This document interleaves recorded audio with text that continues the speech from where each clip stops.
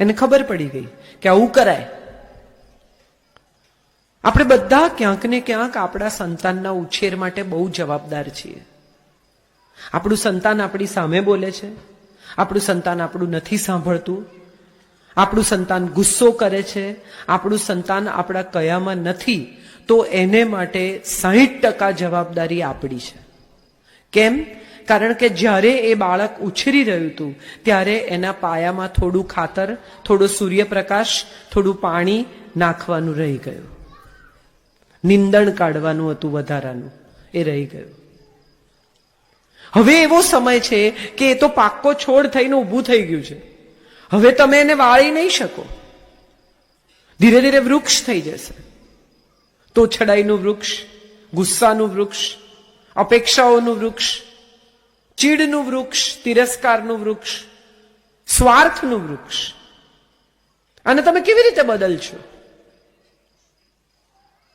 ઘણા માતા પિતાને એવું લાગે છે કે મોડું થઈ ગયું છે, પણ મારે એક બહુ મજાની વાત કહેવી છે.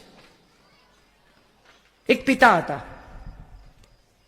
એનો છોકરો રોજ ઝઘડે ને એમ કે મને મારો ભાગ આપી દો, મારે તમારી જોડ નથી રહેવું, મને મારો ભાગ આપી દો, બસ મારે તમારી જોડ નથી રહેવું, મને ભાગ આપી દો. એટલે એક દિવસ એના પપ્પાએ કહ્યું, સારું, હું તને ભાગ આપી દઈશ, તું $1 કમાઈને લઈ આવ, ખાલી $1, વધારે નહીં.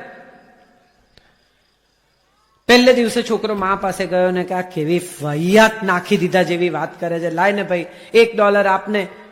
માએ $1 આપ્યો, એને જઈને પપ્પાને આપ્યો. પપ્પા આગ બળતી હતી, યુરોપની કથા છે, અમેરિકાની, ત્યાં આગ બળતી હતી, પપ્પાએ આગમાં $1 નાખી દીધો. છોકરો ઉભો રહ્યો શાંતિથી. એટલે પપ્પાએ કહ્યું કે આ તું કમાઈને નથી લાવ્યો. વળી બીજે દિવસે દાદાજી પાસેથી લઈ ગયો તો પપ્પાએ કમ્પાઉન્ડની બહાર ફેંકી દીધો. છોકરાને કીધું તું કમાઈને નથી લાવ્યો. ત્રીજે દિવસે બગીચામાં ફેંકી દીધો. ચોથે દિવસે કૂવામાં ફેંકી દીધો. પાંચમે દિવસે કોકને આપી દીધો. એક દિવસ દાદાજી પાસથી, એક દિવસ ભાઈ પાસથી, એક દિવસ માળી પાસથી, એક દિવસ આની પાસથી. રોજ $1 લઈને જાય ને એના પપ્પા ફેંકી દે અને છોકરો ઉભો રહે ને પપ્પા કહે તું કમાઈને નથી લાવ્યો.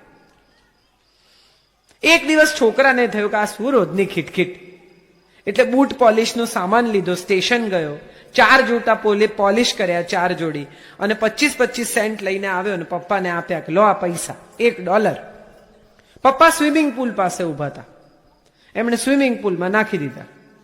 છોકરો બૂટ, ઘડિયાળ, કપડા સાથે કૂદી ગયો, અંદર જઈને આમ આમ આમ કરીને પેલા 25 4 સેન્ટ ભેગા કરીને કે ફેંકવાના નહીં, હું કમાઈને લાવ્યો છું.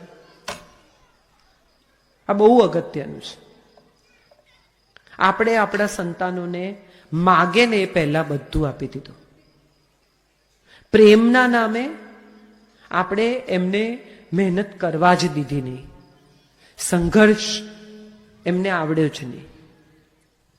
એવા કેટલા લોકો હશે કે જે લોકો સાવ દોરી લોટાથી એમણે જિંદગી શરૂ કરી હશે, એમણે કેટલી બધી મહેનત કરી હશે, ત્યારે એક મકાન ઊભું થયું હશે. ત્યારે ડાઉનલોડ મોજ.